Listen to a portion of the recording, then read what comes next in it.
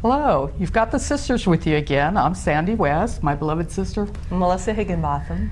And it's such a joy to be here. We have fun doing this and spending time together and being able to play off each other and talk.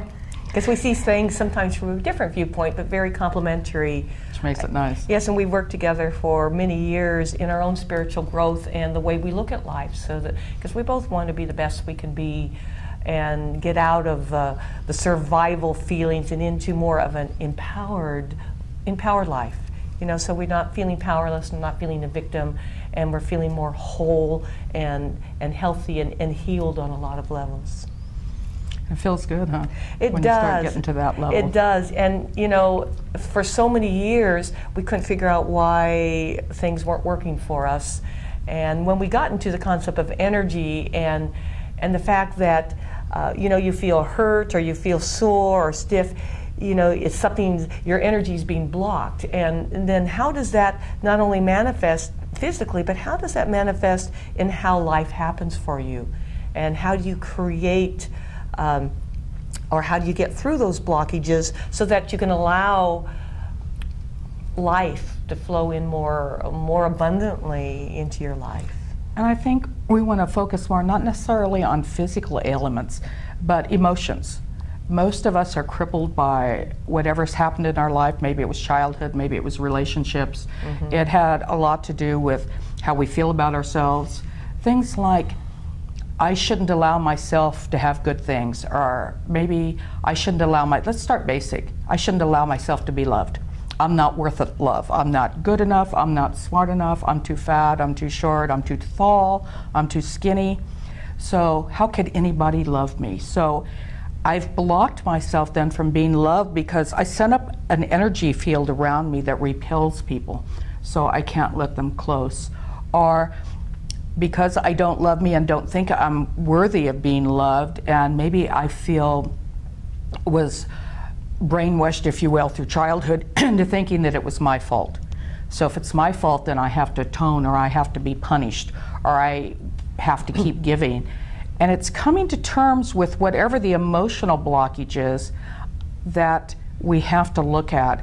If we need to be punished, then we're our own perpetrator, we're our own terrorist, we're our own prison warden. We imprison ourselves, and in that imprisoning, we set up blockages to our flows, so it can't flow easily. I can't have a lot of friends. I can't have nice things. Mm-hmm. Things happen to me. I set up situations maybe where I'm broke, or things are broken, or I can't have the best. I always have to do thrift shops. I can't go into Neiman Marcus. Mm-hmm. I set up all these things because of the emotional blockages that I've put, and I don't want maybe to go look at them, because what if I went to look at self-love, being able to be loved, and I found out nobody wanted to love me, that was true. Not just true for me, but it was the absolute truth, that I'd never have friends or never have a relationship.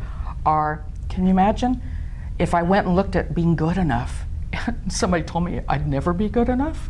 And I think that fear is what keeps us from looking at things, from talking about them. We believed it. I mean, when you're a little kid, your parents, authority figures, other adults imprint you with that. So no matter, see, there's a constant battle inside about, I know I'm not bad, but yet, but I'm being told I'm bad.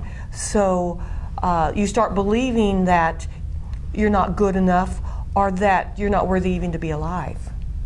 And so then you spend your whole life trying to prove yourself. You go into overachievement, you go into always running as fast as you can, but yet the whole blockage of energy is actually causing you to fail, because you're always trying so hard to do something, and then you see the promotions go to someone else, or you see the other people get good assignments, and you get, you know, the tundra, and so you wonder what's happening, why I'm always trying, and it perpetuates that, well, maybe I'm just not good enough. So then you try even harder, and then pretty soon you're manifesting all sorts of things.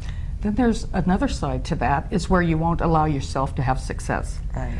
You're in a relationship, You're afraid he's going to find out the truth about really how ugly you are inside, and that he really has made a mistake, and then he's going to leave you, right? And that's going to hurt so badly. It'd be better if I left him first, if I sabotaged the relationship, because then it won't hurt as much. And it proves to you that of course you're not good enough. That's right.